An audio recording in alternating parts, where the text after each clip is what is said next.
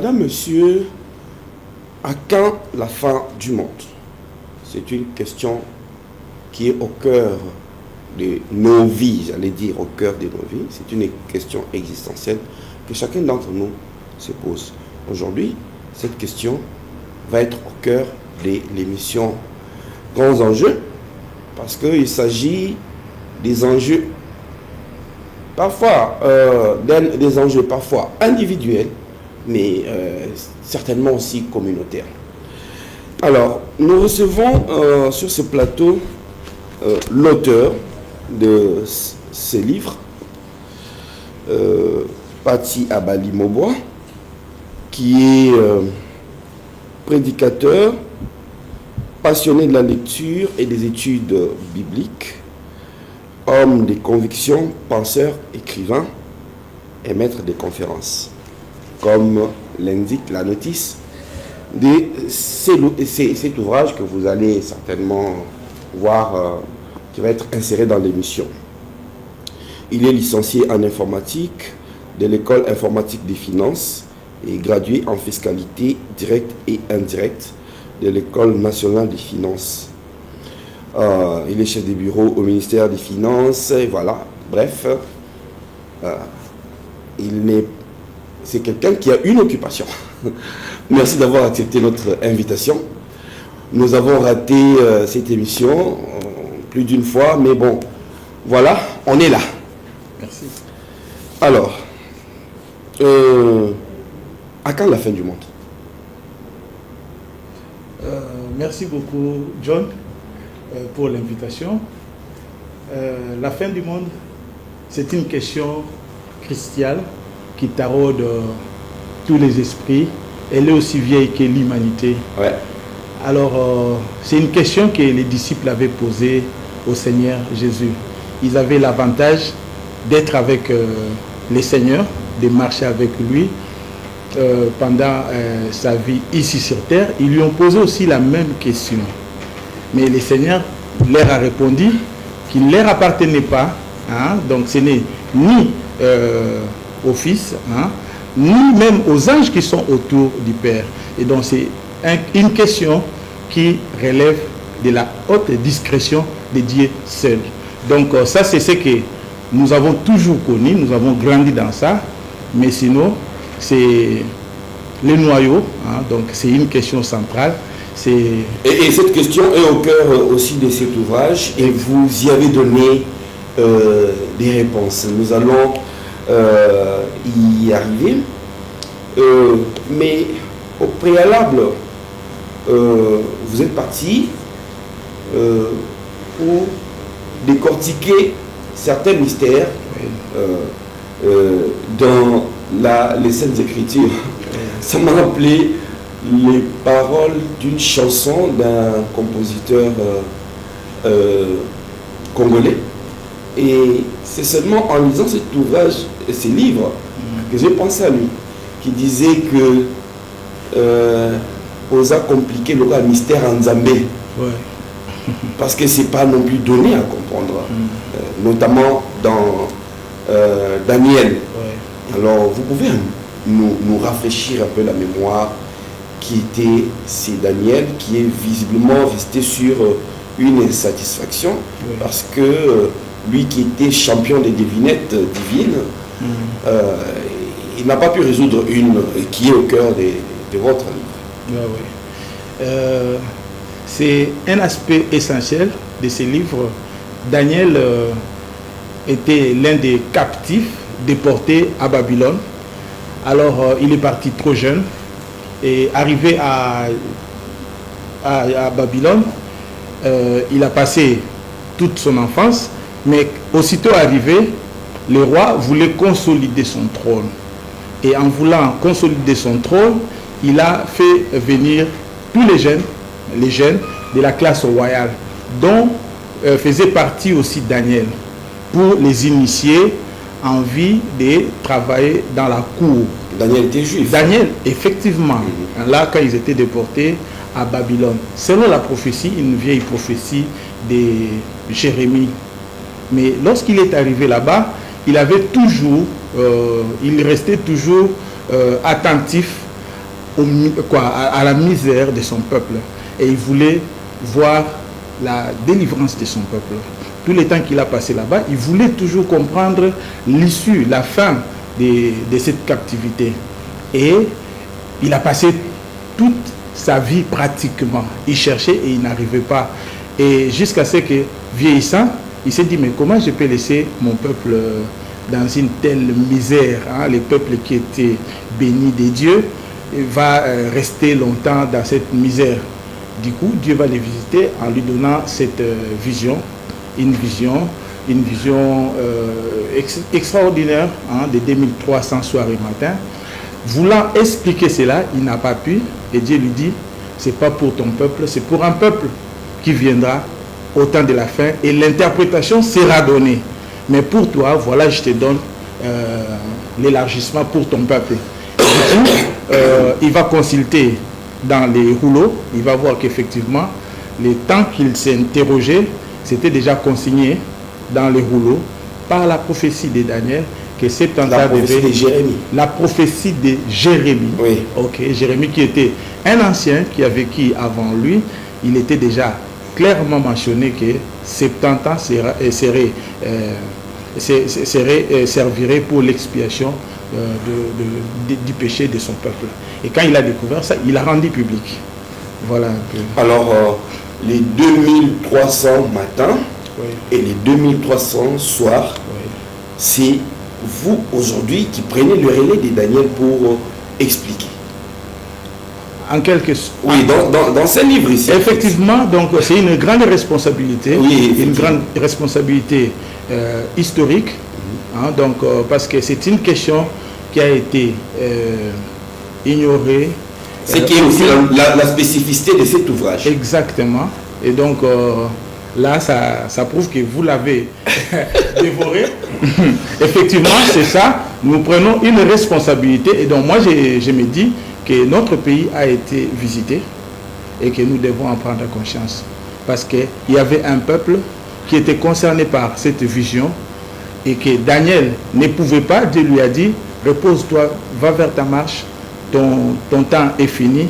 Mais cette question ici, ça va être dévoilé au temps de la fin et ça concerne un autre peuple. Et moi, j'ai pris cette responsabilité. Quand j'ai découvert ça, sous la Covid, j'ai endossé la responsabilité parce que c'était des questions qui me dépassaient. Je lisais toujours la Bible, mais quand j'ai passé là, je ne comprenais rien, jusqu'à ce que ça heurte mon attention et je comprends que ça coïncide avec l'histoire dans laquelle, donc l'histoire actuelle, donc l'histoire contemporaine. Je me dis, mais c'est formidable, mais aussi c'est une longue histoire. Oui. C'est toute une longue histoire. On va la faire courte pour rentrer dans les contemporains. Oui, oui. Alors, 2300 matins et 2300 soirs plus tard, oui, nous devons arriver au temps de la fin. Effectivement. Alors, ces 2300 matins et 2300 soirs, vous les expliquez comment? Les 2300 soirs... en termes de temps. En termes de temps, oui, ce sont les années. Ce sont les années 2003 dans la Bible, parce que c'est vraiment extrait de la Bible, c'est 2300 soirs et matins. Or, 2300 soirs et matins, c'est 2300 jours. Et nous avons exploité les Écritures, on a compris que c'est 2300 ans. Et 2300 ans à partir de quand? À partir de la naissance du Seigneur Jésus.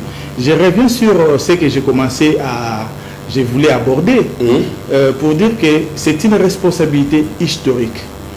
Mon enfance était très entamée. J'ai toujours eu un sentiment très mitigé quant à ce pays. Depuis que j'étais jeune, je sentais qu'il y avait quelque chose qui clochait avec notre pays. Mais j'étais dépossédé, étant jeune, j'avais toujours ces soucis.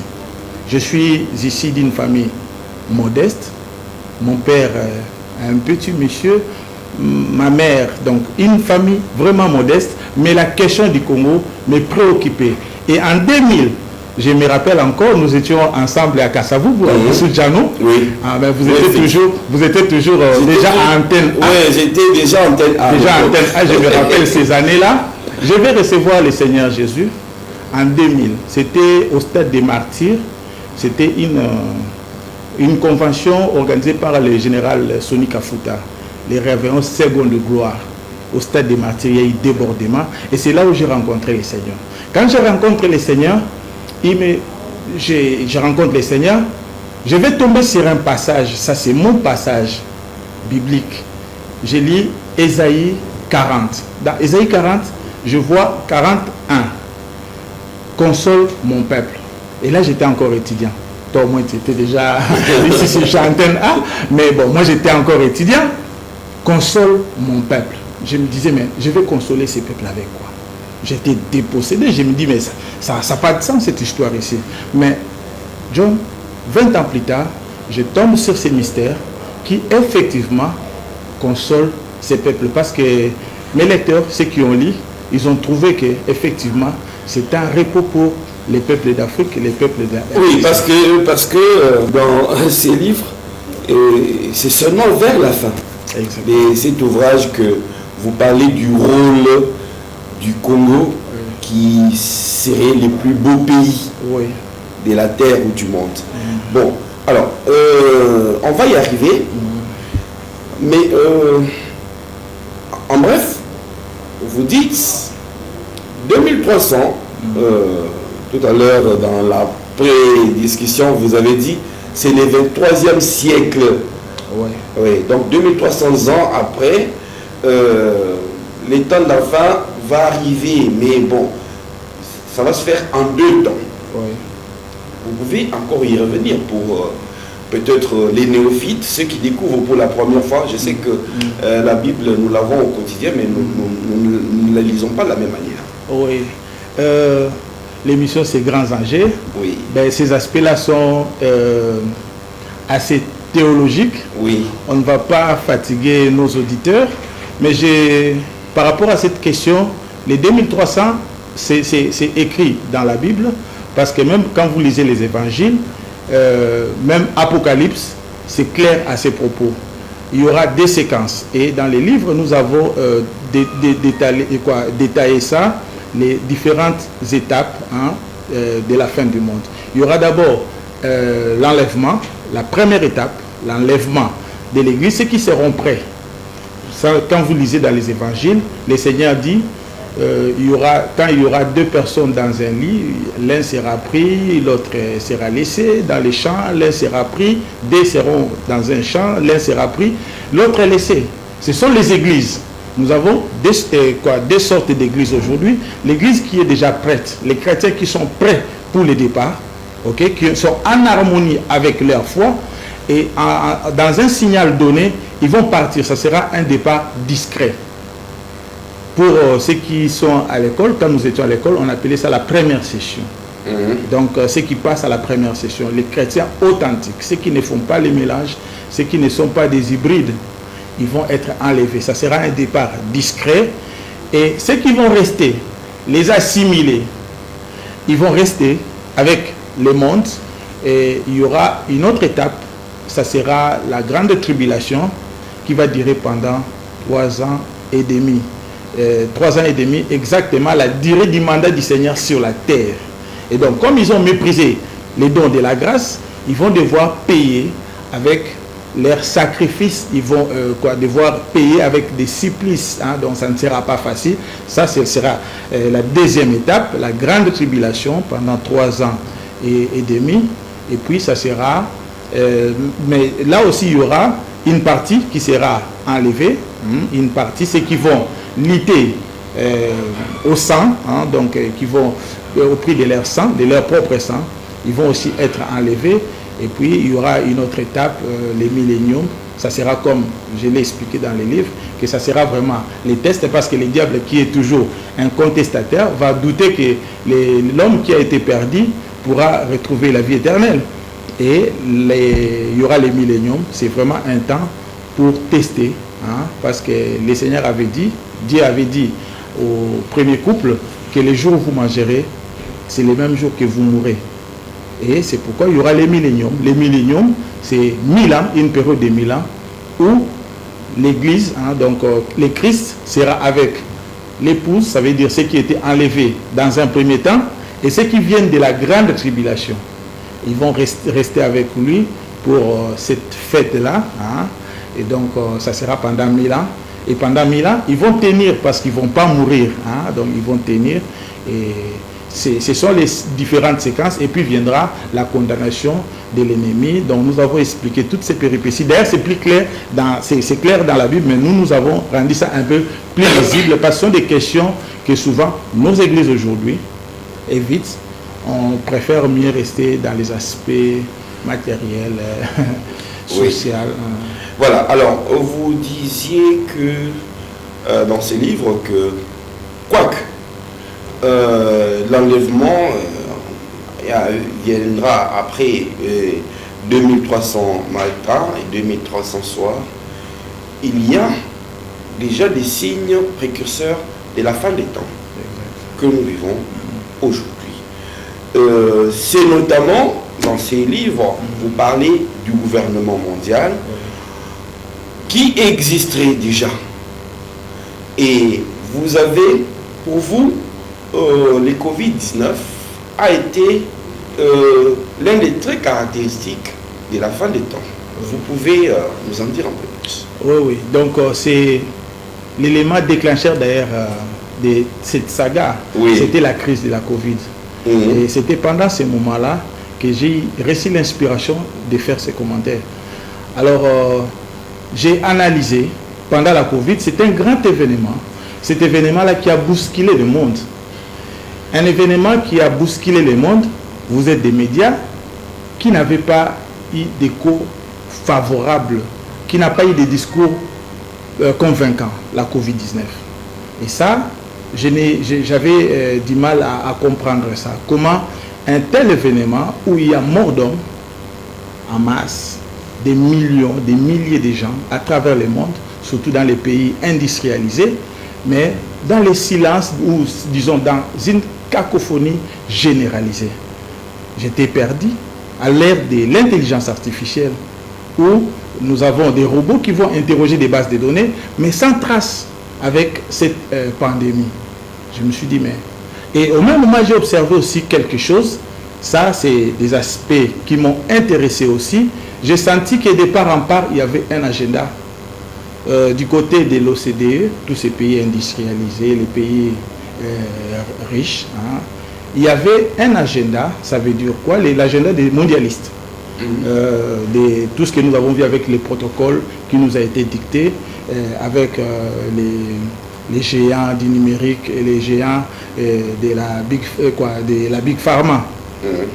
Il y a eu l'agenda des mondialistes. On a parlé de la vaccination, tout ce qu'on avait là. La fermeture, c'était un protocole qui émanait de grandes puissances. Et de l'autre côté aussi, il y avait les émergents, les économies alternatives. Il y avait aussi un agenda. Face à cette pandémie, ces États-là avaient développé une certaine résilience. Vous serez d'accord avec moi, vous conviendrez avec moi. On a vu comment ils ont pu gérer ça.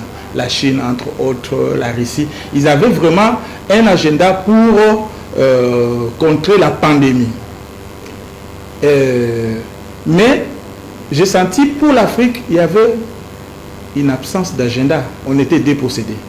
On a vu par exemple les Kiba, un pays qui a vécu toujours sous embargo, mais qui a développé des prouesses énormes jusqu'à voler au secours de l'Italie et de beaucoup d'autres États européens. Donc la Covid, j'ai senti que de part en part, il y avait un agenda. Surtout pour les économies émergentes, l'enjeu c'était quoi? C'était protéger leur croissance parce qu'ils avaient besoin de leur croissance pour continuer dans cette guerre, la course au leadership mondial. Donc il faut avoir une économie forte, mais aussi la Covid menaçait la sécurité intérieure de ces États. C'est pourquoi vous allez vous rappeler, on plaignait parfois ces États-là de ne pas communiquer assez, notamment la Chine. Parce que pour eux, c'était une question de sécurité intérieure. On ne comprenait pas et ils ne pouvaient pas, du coup, ouvrir toutes les fenêtres. Donc ils ont géré ça de manière un peu plus holistique que l'Occident. Donc de part en part, il y a un agenda, mais en Afrique, il n'y avait aucun agenda. Et du coup, l'OMS et les grandes puissances, ils nous ont assigné les bancs des accusés. L'Afrique, il y aura hécatombe. Et ça, c'est ce qui m'avait... Ils ont prédit une catastrophe, donc une tragédie. Et c'est ce qui m'avait révolté. J'ai dit, mais l'Afrique n'a rien à voir, ni de près, ni de loin. On supposait peut-être qu'il y avait une fuite en laboratoire en Chine, mais comment c'est l'Afrique qui va payer la facture? Et c'est comme ça que je me suis détourné des médias pour aller chercher la vérité. Et je me suis appliqué à comprendre. Et ça, j'ai découvert beaucoup de schémas internes dans le cadre de cette étude. Et donc, ce livre-là, c'est vraiment une trilogie qui repose sur la théologie, la théocratie, les pouvoirs des dieux, les pouvoirs, 3 piliers, les pouvoirs politiques et les pouvoirs du peuple à travers l'identité. Donc les 3 piliers sont là. Donc il faudra que l'Afrique, dans le cadre de cette étude, qui ait ces 3 éléments, la touche divine, un leadership responsable au niveau de l'élite politique et puis l'adhésion populaire à travers une identité forte de l'Afrique et notamment du Congo. Oui, on va y arriver. Là, c'est pratiquement la politique en tant que gestion de la cité, carrément. Effectivement. Alors, dans votre lecture, dans votre compréhension de la vision de Daniel sur la fin des temps, vous sortez un autre indicateur. C'est la réconfiguration des puissances internationales. Et là, on est dans les différentes puissances représentées dans la vision par les cornes du bélier, du bouc, ainsi de suite. Et selon vous,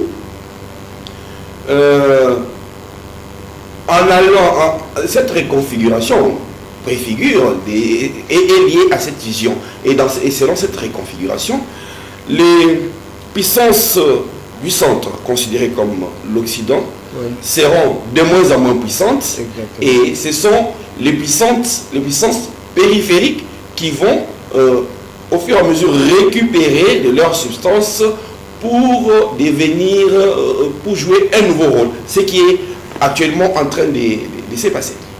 Exactement. Exactement. Et là, c'est ce que j'ai compris. C'est comme ça que j'ai dit ce livre ici, c'est l'agenda africain. Et donc, la Covid avait pour sens, vrai sens, parce que tout ce qu'on nous a raconté, jusqu'à ce jour, il n'y a pas... C'était la semaine passée, je pense.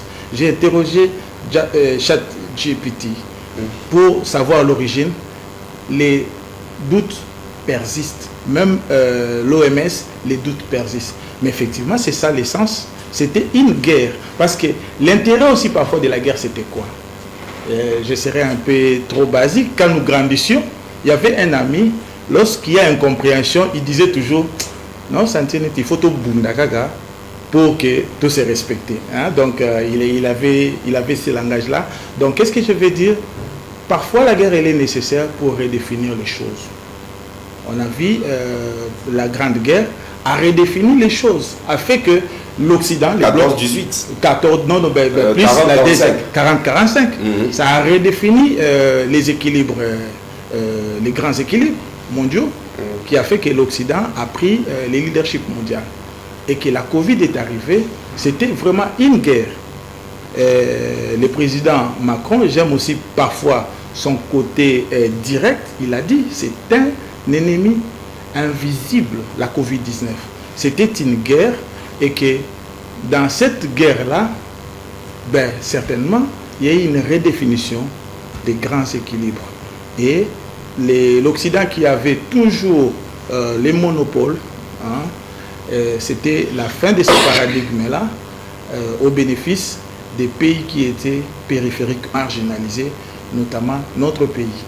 Et donc, c'est la vision de Daniel, vision de Daniel, Daniel 8, c'est bien détaillé. Même les événements du 11 septembre, nous les avons. Oui, d'ailleurs, j'y arrive parce que selon votre ouvrage, vous percevez dans la vision de Daniel le rôle des États-Unis d'Amérique ou le nouveau rôle des États-Unis d'Amérique. Et la vision, selon vous, parle même de la chute des tours jumelles qui sont au cœur de la puissance économique et la plus importante. Effectivement. Donc, il y a eu cet événement du 11 septembre qui reste encore un mystère. Hein, le mystère reste entier. Mais en lisant Daniel 8, j'ai trouvé des signes qui corroborent effectivement.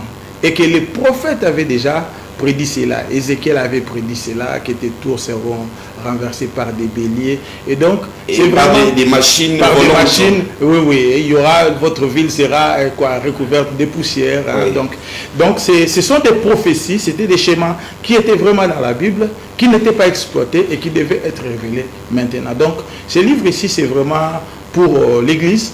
Les responsables, ils doivent passer par ici, ils doivent puiser pour comprendre quel moment on se trouve. C'est important. Sinon, et le 11 septembre serait aussi un tournant décisif dans la vie des États-Unis comme grande puissance. Exactement. On voit bien qu'aujourd'hui, avec Trump, la politique étrangère des Trump a produit une sorte de repli sur soi-même des États-Unis qui visiblement renonce à la charge de la grandeur. Exactement. Et donc, comme vous l'avez dit, le 11 septembre, c'était un tournant majeur. Et nous l'avons expliqué dans le livre. Il y a eu des séquences. Il y a eu un 11 septembre 2001, mais il vous souviendra aussi sous Obama, il y a eu la crise financière mondiale. Une première qui a mis aussi en mal, l'économie mondiale, notamment avec la faillite de la banque d'investissement Lehman Brothers. Donc il y a eu ces chocs-là. Et 12 ans après, il y a la Covid-19 qui vient encore éventrer les bois. Et là, on voit la chute, la déconfiture de ces grandes puissances qui pouvaient manquer même des masques. Hein? Ils commençaient à se disputer les masques qui devaient venir d'où? De la Chine et un peu de partout. Et donc, c'est un moment historique pour les peuples marginalisés, les peuples de notre pays, de se saisir de ces temps, donc de comprendre que les temps ont changé. C'est comme nous venons de célébrer les 65 ans de l'indépendance. Il y a 65 ans, si nos pères n'avaient pas bien lu les temps, on serait encore sous les jougs.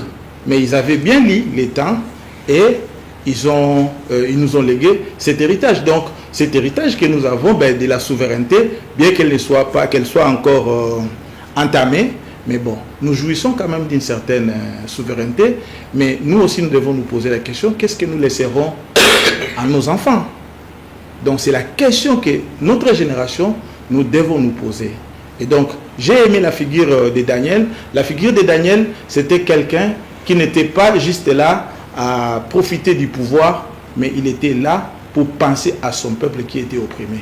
Et que c'est un modèle idéal pour l'élite d'aujourd'hui, l'élite religieuse, l'élite politique, l'élite scientifique, donc tous les corps de métier, de comprendre que c'est un moment favorable pour nous, de renouer avec les destins des grandeurs qui étaient prédits par les prophètes dans la Bible, et même dans le contexte purement congolais.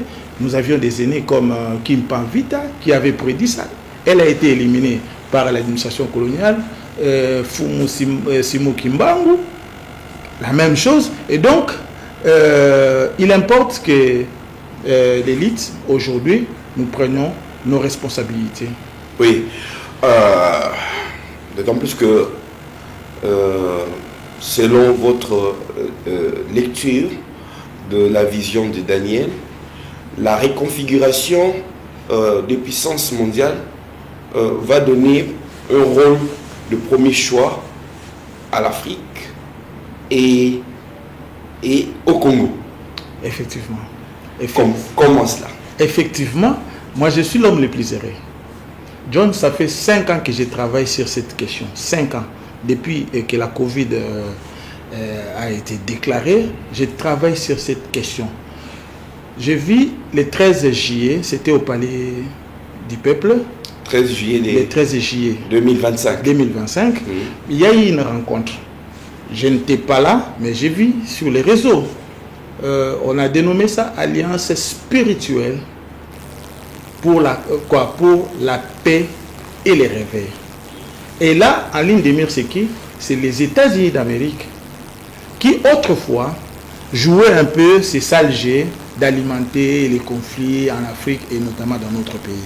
Mais ils viennent faire la paix au Congo. Moi, j'avais une autre lecture au niveau des symboles. C'est les mêmes États-Unis, ce sont les mêmes États-Unis qui viennent faire la paix. Une alliance spirituelle pour la paix. Et donc, qu'est-ce que moi j'ai compris avec mon regard de lecteur de la Bible? J'ai vu en cela les États-Unis qui étaient leaders, qui avaient le leadership du réveil mondial, venir donner les bâtons de commandement à la RDC. Un passage des témoins. Un passage civilisé. Et donc, c'est maintenant à l'élite, notre élite religieuse surtout, de comprendre ces signes-là. Parce que dans les mondes spirituels, les symboles, les signes ont un pouvoir. Il ne faut jamais ignorer ou négliger les signes. C'était un grand signe. Comme par exemple ce que les chefs de l'État avaient fait au stade des martyrs quand il avait recommandé le sort du pays à l'Éternel. Ce ne sont pas des signes anodins. Donc il faudra lire ça avec beaucoup d'intelligence. Donc ce n'était pas par hasard. Et donc nous voyons aujourd'hui les mêmes qui avaient hier soutenu la déstabilisation, la guerre du Congo, venir faire la paix. Et donc c'est vraiment important. Voilà. Page 199. À la découverte du plus beau pays du monde. Parce que c'est du plus beau pays du monde qui viendra, que le monde sera sauvé. Exactement. Aussi. Oui. Alors, vous écrivez à la question de savoir quel est le plus beau pays du monde. J'y réponds en vous présentant quelques tableaux. Et là, vous citez des personnalités et des institutions. Voilà. Et je prends par exemple une citation de Macron que vous reprenez, le président français. Le président de la République française a déclaré: c'est en Afrique que se joue l'avenir du monde. Son Excellence Samia Suluhu, qui est encore en poste jusqu'à ce jour, la présidente de la République unie de Tanzanie, a déclaré ce qui suit: notre cible est la RD Congo. La RD Congo est un grand marché économique. Tous les pays du monde s'y précipitent en cherchant à tout prix à s'effrayer son chemin. Mais on dirait que c'est peut-être les Congolais qui ne croient pas que le Congo soit le plus beau pays du monde. Exactement, c'est ça l'essence du livre. Venir réveiller ces peuples qui est dans un sommeil comateux. Donc les réveiller, parce qu'il y a eu une tragédie en Afrique et surtout dans notre pays. Il est simplement question que les peuples se réveillent. Donc l'objectif du livre, c'est réveiller les peuples africains, notamment les peuples aussi, les peuples congolais, appeler à plus de respect, la reconnaissance et la reconnaissance de l'Afrique. On doit considérer l'Afrique comme un partenaire et non les reléguer comme les citoyens de seconde zone.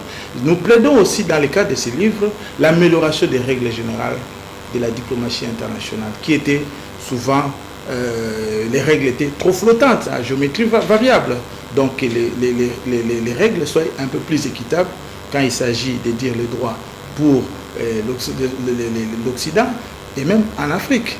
Et donc, ça, nous plaidons aussi pour l'amélioration et les signaux que nous avons sur le plan diplomatique sont quand même assez éloquents, donc il faut que les Congolais ouvrent les yeux. Nous appelons au raffermissement des liens de fraternité entre les Africains, entre les frères africains, parce que nous excellions plus dans des conflits parfois inutiles qui ne profitent pas à nos populations, à nos peuples, à notre histoire. Et donc il faut arrêter ça. Les sages, Salomon a dit, il y a un temps pour tout. Un temps pour des frères pour se battre, mais il y a aussi un temps pour faire la paix. Et donc, nous recommandons aussi la paix. Nous recommandons aux hommes d'église de servir des lumières, pour conduire ces peuples. Notamment, faire ce travail, sensibiliser les peuples à l'éveil des consciences. Nous appelons aussi à plus de gratitude, ces peuples. Parce que nous sommes parmi les rares peuples, je ne suis pas les seuls peuples au monde, qui n'arrivent pas à réaliser ce que Dieu a fait pour nous. Ce grand pays que Dieu nous a donné, on n'est pas dans la gratitude. C'est le premier pays qui dit, ou le premier peuple qui dit, qu'on vende les pays. Je n'ai jamais entendu ça ailleurs. Même les pays les plus pauvres où j'ai été, je n'ai jamais vu un peuple maudire son pays. Et donc, plus de gratitude, mais en tout cas, donc, ce sont des recommandations que nous formulons pour que les Congo, l'Afrique cessent d'être ces ventres mous où il y aura tous les mauvais sorts. Donc vous avez épinglé Macron, le président français, qui est très direct, qui n'a pas de détour, qui ne va pas sur les dos de la cuillère, qui dit l'avenir du monde se joue en Afrique. Oui, là, est-ce que c'est simplement du point de vue votre interpellation, est-ce qu'elle procède d'une connaissance stratégique? Ici, on va parler peut-être des ressources. Est-ce que c'est une démarche identitaire ou prophétique? Cette démarche, elle est d'abord prophétique, décrétée par Dieu lui-même. Parce que c'est comme nous avons démontré.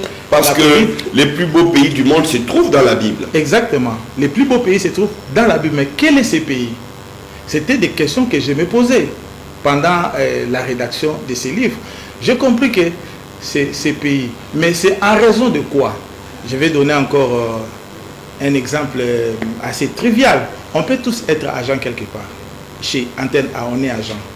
Mais si on vous envoie en mission, vous aurez l'avantage, en plus du salaire, de vivre des subsides que offrent les missions. Donc c'est important. Alors ici, nous voulions identifier d'abord ces pays, parce que nous avons un problème avec notre pays. Tout le temps, j'étais en train de réfléchir par rapport à ça, nous étions dans la présentation. La présentation, c'est informel. Lorsqu'on se rencontre de manière informelle, on se présente. Je peux m'appeler Pierre, je dis Monsieur John, je m'appelle Jean. Ça va passer, c'est informel. C'est une simple affirmation. Mais j'aime l'identification, parce que l'identification appelle des éléments en présence. On a l'entité et l'identité. On doit vérifier, c'est votre véhicule? Oui, le véhicule est là, et puis on voit la pièce. Donc, l'identification, c'est un autre niveau, ça va au-delà de la présentation. Et donc, ici, nous voulions identifier ces pays. Nous étions dans les slogans pour dire tous à l'école. Nous, on a vécu ces années-là, les années 90. Est-ce qu'en réalité, nous étions ceux-là? Donc, maintenant, nous voulons identifier ces pays. On identifie les pays à travers quoi? À travers la mission. Qu'est-ce que nous voulons faire? La mission de porter l'évangile au temps de la fin. Parce qu'au temps de la fin, lorsque vous lisez la Bible, il y aura un grand réveil. Ok, la parole sera prêchée à toutes les nations. Et il a été assigné à ces pays qui a été ignorés, méprisés, marginalisés, de porter cette mission. Si nous sommes beaux, ce n'est même pas en raison de ces ressources naturelles, c'est d'abord en raison de la mission que Dieu nous a assignée d'aller proclamer l'évangile jusque dans les confins. Et là, nous avons même donné plus de précisions, c'est vraiment en Asie. Et que l'Église du Congo doit comprendre cette mission, parce que nous avons une démographie galopante en Asie, ok, et qui aujourd'hui se trouve dans les ténèbres. Et qu'aujourd'hui, nous avions ces spectacles du 13 juillet où les États-Unis a passé les flambeaux de l'évangile à la RDC, et c'est maintenant notre tour maintenant d'apporter l'évangile, d'annoncer la paix au monde. Oui, un petit moment, parce que j'ai oublié peut-être de vous demander un éclaircissement. Comment est-ce que vous arrivez à conclure que le plus beau pays dont on parle dans la Bible, c'est la RDC? Mais évidemment, c'est écrit dans la Bible, dans la vision de Daniel. Quand il fait cette vision-là, il dit, il a vu un bélier, il a vu un bélier qui venait, un bouc. D'abord, il a vu un bélier, et nous avons représenté que c'était les États-Unis, et après, il voit un bouc qui vient percuter le bélier. Et lorsqu'il y avait deux cornes, c'était les États-Unis, les événements les tours jumelles. Oui, les tours jumelles. Quand il se renverse, les deux cornes du bouc vont tomber et laisser émerger d'autres cornes aux quatre coins de la terre. Il y avait des cornes aux quatre coins de la terre. Quand les États-Unis tombent, parce que corne dans la Bible, c'est la puissance. La puissance, oui. Effectivement. Et quand il y aura l'émergence de ces cornes à travers le monde aux quatre coins, la Bible est claire qu'il y aura l'émergence d'une petite, mais cette petite corne va aussi s'agrandir et devenir, c'est vers les plus beaux pays du monde. Et lorsque je lis encore, je continue à lire les prophètes, je vois deux prophètes qui rendent un même témoignage. Les prophètes Ésaïe 18, et les prophètes Sophonie 3.10, qui rendent les mêmes témoignages. Deux prophètes se trouvant en Israël, regardant l'Afrique, ils disent les pays au-delà des fleuves de l'Éthiopie. Au-delà des fleuves de l'Éthiopie, ces pays-là vont jouer un grand rôle au temps de la fin. Les témoignages de Dieu, est toujours vrai. Donc ça c'est la loi. Et au-delà de l'Éthiopie, c'est la RDC. Mais quand vous êtes en Éthiopie, vous regardez l'Afrique, deux prophètes qui n'ont pas vécu au même moment, qui jetant les regards sur l'Afrique, ils voient au-delà des fleuves de l'Éthiopie. Il y aura l'émergence d'un grand pays qui aura la mission d'apporter l'évangile. Ces pays-là, quel peut être ces pays? À partir d'Israël, quand vous regardez au-delà des fleuves de l'Éthiopie. Alors que Daniel dit qu'il y aura aussi au Sud l'émergence d'une petite, parce qu'aujourd'hui ça n'existe pas encore, une petite corne qui va s'élever encore vers les plus beaux pays. Et ces pays-là, c'est lesquels? C'est notre pays. Donc, la promesse est donnée, ceux qui y croient, c'est leur part, c'est leur portion. Vous dites que en fait, votre approche est prophétique, même si, pour moi, je vois quand même une manière de revendiquer une identité, une manière de promouvoir des ressources stratégiques, de les valoriser. Justement, c'est ce que j'ai dit, c'est une trilogie qui repose sur trois piliers. La touche divine, donc Dieu a sa place dans ces pays, les chefs l'a fait, et il faudra aussi un leadership exemplaire, un leadership fort, un leadership visionnaire, mais aussi il y a le peuple qui adhère à travers quoi? À travers l'identité. Il faudra restaurer l'identité.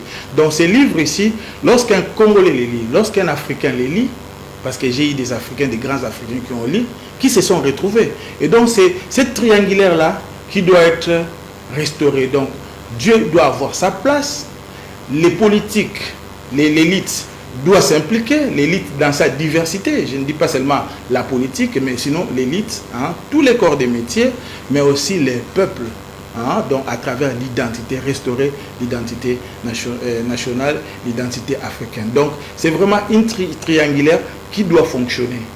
Et donc il faudra des réformes conséquentes pour cela. D'accord, nous sommes arrivés à la fin de l'émission. On ne s'est même pas rendu compte, mon Dieu. Malheureux, est-ce qu'on trouve ces livres? Ces livres un peu partout à Kinshasa. C'est partout à Kinshasa, Forestcom, Money Shop. On les retrouve un peu partout à Kinshasa. Soit ils peuvent passer à Antenne A. Mais sinon, toutes les grandes surfaces, ouais. Ils peuvent trouver ces livres facilement. Voilà, à quand la fin du monde?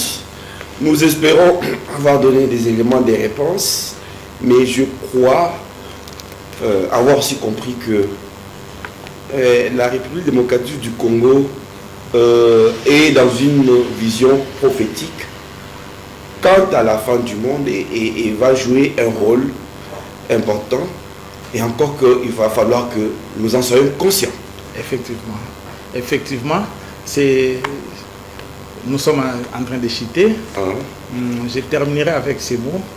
J'ai vu quelqu'un qui a souffert du syndrome de l'imposteur. C'était Jacob, dans Genèse 30-30.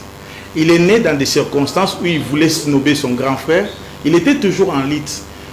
Jusqu'à fuir quand il a volé les droits d'aînesse. Il est parti chez son beau-père. Il a toujours usé de la malice pour se retrouver. Mais un jour, il comprend qu'il avait la promesse. Et quand il a réalisé cela, il dit, je dois entrer dans ma destinée. Et il marchait vers ça. Et il a lutté avec l'Éternel. Avant de lutter d'ailleurs avec l'Éternel, il y avait son beau-père qui l'a suivi pour dire, mais pourquoi tu as fui? Est-ce qu'on avait un problème? Nous sommes restés ici longtemps. Pourquoi tu as fui? Il lui a dit, il a posé une question. Quand travaillerai-je pour ma famille? Parce qu'il a travaillé pour les gens. Il a travaillé pour son beau-père 7 ans pour avoir l'aîné, 7 ans pour avoir la cadette qu'il aimait. Il lui a posé la question, quand travaillerai-je pour ma famille? Et c'est la question que l'élite doit se poser aujourd'hui. L'Afrique a eu beaucoup de rendez-vous manqués. L'esclavagisme, les 70 ans de la colonisation, le néocolonialisme, il y a eu beaucoup de rendez-vous manqués. Quand est-ce que l'élite africaine va travailler pour le peuple? C'est la question de Jacob. J'aimerais que l'élite se pose aussi la même question. Quand est-ce qu'ils vont travailler pour le peuple? Et cette question, la réponse devrait se matérialiser dans l'amélioration de la vie des Africains de manière générale, parce que l'Afrique et l'avenir du monde se joue en Afrique. Effectivement. Donc, et lorsqu'il est arrivé là, il n'y avait personne qui pouvait, même son grand frère Ésaü, qui voulait les contester, il a laissé accéder. Donc lorsqu'un peuple se décide, s'autodétermine, je me rappelle encore de Victor Hugo qui a dit, aucune armée ne peut résister à une idée dont les revenus. Et c'est tant pour l'Afrique, pour le Congo, c'est maintenant. Donc il faudra s'élever et rompre avec les travers du passé pour renouer à notre destin de grandeur, notamment en emboîtant notre mission et aux élites de travailler pour l'intérêt de nos peuples. Je vous remercie, Patia Bali. Merci beaucoup, John. Merci aussi à vous, chers téléspectateurs. Je vous invite à vous procurer rapidement cet ouvrage et à les dévorer de bout en bout. Au revoir, à très bientôt.